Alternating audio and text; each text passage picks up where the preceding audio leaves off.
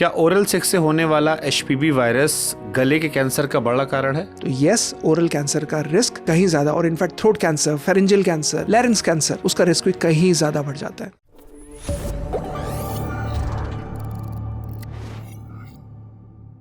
क्या oral sex से होने वाला HPV वायरस गले के कैंसर का बड़ा कारण है? हाँ, अगर HPV वायरस ओरल सेक्स आप रूटीन में कर रहे हो और ओरल हाइजीन आप क्लियर मेंटेन नहीं कर रहे, तो यस, ओरल कैंसर का रिस्क कहीं ज़्यादा, और in fact throat cancer, pharyngeal cancer, larynx cancer, इसका रिस्क भी, यानी भोजननली और सांस की नली का कैंसर, उसका रिस्क भी कहीं ज़्यादा बढ़ जाता है। किसी वैक्सीनेशन से बच सकते हैं? HPV वैक्सीन आती है, गार्डासिल करके आती है, सो यस, आप वो लगवा सकते हो, बट डिपेंडिंग अपॉन आपकी क्या एज है। और कैंसर के अनकहे और अजीबोगरीब लक्षण क्या है? अनकहे मतलब क्या क्या ऐसे सिम्टम्स हैं जो कॉमन होते हैं अलग बीमारियों के भी, लेकिन आपको अगर आ रहे हैं तो आपको पकड़ना चाहिए? आज डायरिया था, कल कॉन्स्टिपेशन हो गया, परसों फिर डायरिया हो गया, फिर कॉन्स्टिपेशन हो गया।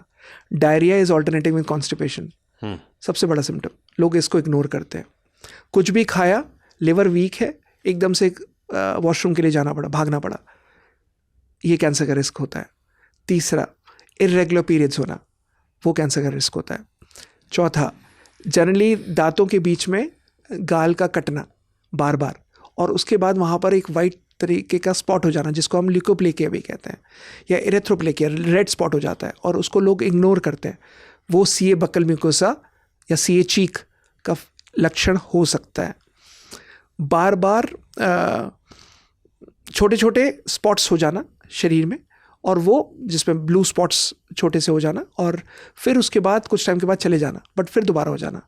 वो कहीं ना कहीं बार बार फीवर आना, आज फीवर हुआ, आपने दवाई ली, 15 दिन बाद फिर रिपीट हुआ, फिर 15 दिन बाद रिपीट हुआ, और आप उसके लिए एंटीबायोटिक ले रहे हो, दवाई ले रहे हो, पर आपने ब्लड पिक्चर नहीं चेक कराई, ब्लड पिक्चर नहीं चेक किया, आपने CBC नहीं कराई, सो वो कहीं ना कहीं ब्लड कैंसर का रिस्क हो सकता है। बार बार खांसी होना, आपको लगता है कि खांसी हो रहा है, मुझे एलर्जी है, और इसको इग्नोर किया, गला खराब हो गया, अरे मैं डस्ट में गया था, मुझे खांसी हो गई, और वो लगातार रहना और जाना नहीं। आपने कफ सिरप ट्राई किया, एंटीबायोटिक ट्राई किया, उस समय के लिए रिकवर हो गई, बट दोबारा हो गई, लंग कैंसर का रिस्क हो सकता है।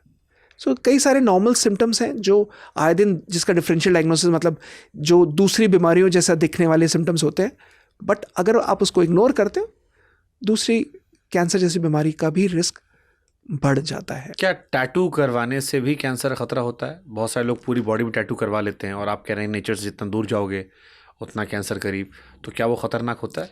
सो बेसिकली क्या होता है, जब आप टैटू कराते हो तो ये जो इंक है, जब ये स्किन के ऊपर की लेयर में जाती है, तो मैक्रोफेजेस वहाँ पर सीधे अटैक करते हैं, क्योंकि एक artificial, I would say artificial ink है, जो फॉरेन बॉडी है, जो आपके शरीर के अंदर गई है। सो सीधे बॉडी में इन्फ्लेमेशन बढ़ना शुरू हो जाता है। जब आप टैटू कराते हो तो आपकी पूरी स्किन रेड होती है डे 1 डे 2 पे, बिकॉज इन्फ्लेमेशन बढ़ा हुआ है। फिर धीरे धीरे करके कहते हैं कि अरे इसको एक्सेप्ट कर लिया, और उसको धीरे धीरे करके एब्जॉर्ब करती है। अगर आपकी बॉडी सेंसिटिव है, अगर आपकी बॉडी का इन्फ्लेमेशन पॉइंट ऑलरेडी हाई है, अगर आपने इम्यून सिस्टम ऑलरेडी आपने काफ़ी ज़्यादा लो है, आपको टैटू नहीं कराना चाहिए। अगर आप टैटू करा रहे हो और आपका बॉडी इन्फ्लेमेशन टेकअप नहीं कर सकता या उसको डील नहीं कर सकता और इम्यूनिटी लो है, don't get it done, cancer का रिस्क बढ़ जाता है। और अगर आप इसको इजीली करा सकते हो, ठीक है, फिर आप करा सकते हो। क्या पोर्नोग्राफी और इंटीमेट टॉयज का बढ़ता चलन महिलाओं के प्राइवेट पार्ट में इन्फेक्शन और आगे चलकर कैंसर की वजह हो सकता है? Interesting question. शुभांकर के पास अगर आए और वो इंटरेस्टिंग क्वेश्चन ना पूछे तो ऐसा हो नहीं सकता। अगर ये आजकल काफी लोग एक्सप्लोर कर रहे हैं, मतलब अच्छा, तो it's gonna be important question जो लोग कर रहे हैं कम से कम, क्योंकि आज पूरा पॉडकास्ट ही महिलाओं के हमने अगर उसको आप अच्छे से सैनिटाइज नहीं कर रहे हो, अगर if you are not cleaning it well, तो फिर यस, आपको इन्फेक्शन का खतरा, जैसे मैंने स्पॉन्ज का बताया, तो सेम चीज़ तो आप इंटीमेट टॉयज का भी होता है ना। If you are not cleaning it well, अगर आपने उसको अच्छे से वॉश नहीं किया, अगर आपने उसको अच्छे से सैनिटाइज या क्लीन नहीं किया, तो ऑब्वियसली आप वो जर्म्स या वो बैक्टीरिया बार बार ले रहे हो। तो ये बहुत ही सेंसिटिव, वेजाइना की जो लेयर होती है वो बहुत ही सेंसिटिव होती है, वो बहुत ही neat and clean and pure होती है। तो जब आप उसमें आर्टिफिशियल बैक्टीरिया बाहर का ला रहे हो, इन्फेक्शन का रिस्क कहीं ज़्यादा बढ़ जाता है. सो वो इन्फेक्शन हमेशा, हर जो इन्फेक्शन होता है वो रेट्रोग्रेड होता है, मतलब ऊपर की तरफ असेंड होता है. तो जब वो इन्फेक्शन हुआ तो कहीं ना कहीं ओवरीज में या फिर वल्वा में या फिर वेजाइना में इन्फेक्शन कहीं ज़्यादा बढ़ जाता है. और वो जब इन्फेक्शन बढ़ा, जो अनट्रीटेड रहा. क्या लोनलीनेस और ब्रोकन हार्ट शरीर में ऐसे टॉक्सिन्स पैदा करते हैं जो कैंसर सेल्स को जन्म देते हैं, और क्या दुख कैंसर की वजह है? यस. Unhealed trauma. अगर दुख है आपको, एक लेडी आई थी मेरे पास जिसको कैंसर डायग्नोज हुआ. ऑल ऑफ अ सडन कोई सिम्टम नहीं, कोई कुछ नहीं, हिल्स पे रहती है, पालमपुर नहीं सॉरी धर्मशाला की थी. एंड जब आई मेरे पास तो बहुत रो रही थी, सारी चीज़ें. तो मैंने कहा क्या हुआ आपको, क्या मतलब what exactly is the problem, कैसे डायग्नोज हुआ? तो उसकी बेटी साथ में बैठी थी, उसने बताया कि अभी अभी इनके हस्बैंड की डेथ हुई 1 साल पहले, और उसके बाद से ये थ्रू आउट ही रोती रहती है, और कुछ भी सोशली लोगों से मिलना बंद कर दिया, दोस्तों से नहीं मिलती. इनके यार दोस्त है जो आपस में इनके कथा कर रहे, सत्संग में जाती थी, मंदिर जाती थी, वो सब बंद कर दिया और घर पे कन्फाइंड हो गई. और पति के जाने के बाद वो लॉस ही बेयर नहीं कर पाई कि मेरा लाइफ पार्टनर चला गया. 1 साल बाद कैंसर डायग्नोज हो गया. Loneliness and a loss of a loved one, मतलब जिससे प्यार करते थे वो चला गया, उसका सदमा और अकेलापन. अगर आप अकेले रहते हो, ये कैंसर का रिस्क कहीं ज्यादा बढ़ा देता है. Okay. Always talk to someone. अकेले मत रहो.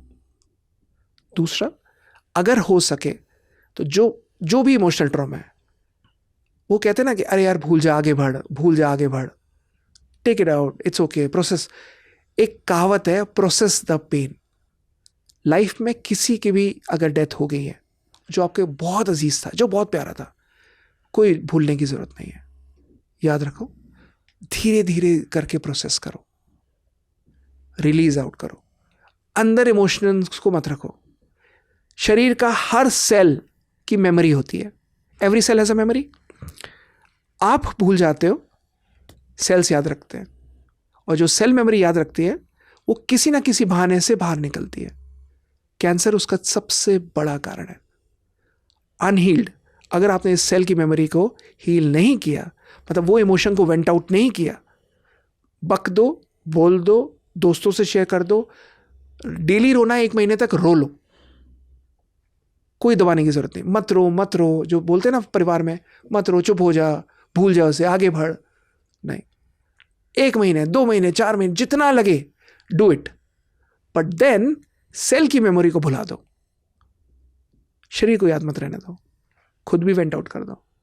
It should be as a positive and a good memory. हाँ, मैंने के साथ ये दिन अच्छे स्पेंड किए, बजाय इसके कि आप इस ट्रॉमा में रहो, हाय मुझे छोड़ के चले गए. That's important. महिलाओं में जो नेल एक्सटेंशन आता है, नेल पॉलिश होती है, लिपस्टिक का रोज़ाना इस्तेमाल होता है जिसमें लीड होता है, क्या वो ब्लड कैंसर या स्किन कैंसर का कारण बन सकता है? यस, हमने पुराने पॉडकास्ट पे बात करी थी. आप मुझे कोई भी लिपस्टिक उठा लो, कोई भी नेल पॉलिश उठा लो, उसके प्रोडक्ट्स देख लो, आज तक सबसे ज़्यादा unregulated industry nail polish, nail paint and lipstick की है. और किसी भी लिपस्टिक में, किसी भी नेल पेंट में, किसी भी नेल पॉलिश में नहीं लिखा होता उस पर इंग्रेडिएंट्स क्या है, और उसमें जो लेड होता है, उसमें जो केमिकल्स होते हैं, उसी के थ्रू आपने नेल पेंट लगाया और उसी के थ्रू आपने खाया. आपने अच्छी सी पानी पूड़ी ली, पानी पूड़ी खाई, धीरे धीरे करके वो नेल पेंट आप इंजेस्ट कर रहे हो. These all chemicals are going inside your body. फिर यही आगे चल के फ्यूचर में ब्रेस्ट मिल्क में भी आएगा, यही आगे चल के आप अंदर भी एब्जॉर्ब करोगे. इन सब में माइक्रोप्लास्टिक्स भी होते हैं. अगर मैं हमेशा कहता हूँ अपने पेशेंट्स को, अगर कभी भी किसी के स्कैन, अगर कोई ऐसी मशीन आ जाए जिसके थ्रू हम किसी के शरीर का माइक्रोप्लास्टिक लेवल रूटीन में जांच करने लगे, हर किसी की लाइफ में ना एक क्रेडिट कार्ड जितना प्लास्टिक निकलेगा हर किसी के शरीर में. सोचो वो डीएनए को कितना डैमेज कर चुका होगा हर किसी के शरीर में. जो प्लास्टिक की बोतल में आप पानी पी रहे हो, जो प्लास्टिक आप यूज़ कर रहे हो, जो गर्म चाय पी रहे हो, एवरीथिंग, जितनी प्लास्टिक आप इंजेस्ट कर रहे हो रूटीन में, हर साल एक क्रेडिट कार्ड जितनी प्लास्टिक आप अपने शरीर से बाहर निकालोगे. इतना प्लास्टिक हमारे अंदर है. माइक्रोप्लास्टिक। इवन जो टूथब्रश भी यूज़ कर रहे हो ना, माइक्रोब्रिसल्स, वो छोटे छोटे माइक्रोब्रिसल्स, वो डेली ब्रश करते हुए माइक्रोब्रिसल्स भी अंदर प्लास्टिक्स एब्जॉर्ब हो रहे हैं। Nobody is noticing it, nobody is noticing it. और एक क्रेडिट कार्ड जितना प्लास्टिक हमारे शरीर से निकलेगा। बाप रे। नहीं, डरना नहीं है, सॉल्यूशन है इसका। हर चीज़ का एक ऑप्शन चूज करना है, और वो ऑप्शन अगर आप राइटफुली चूज करते हो, you can be out of it.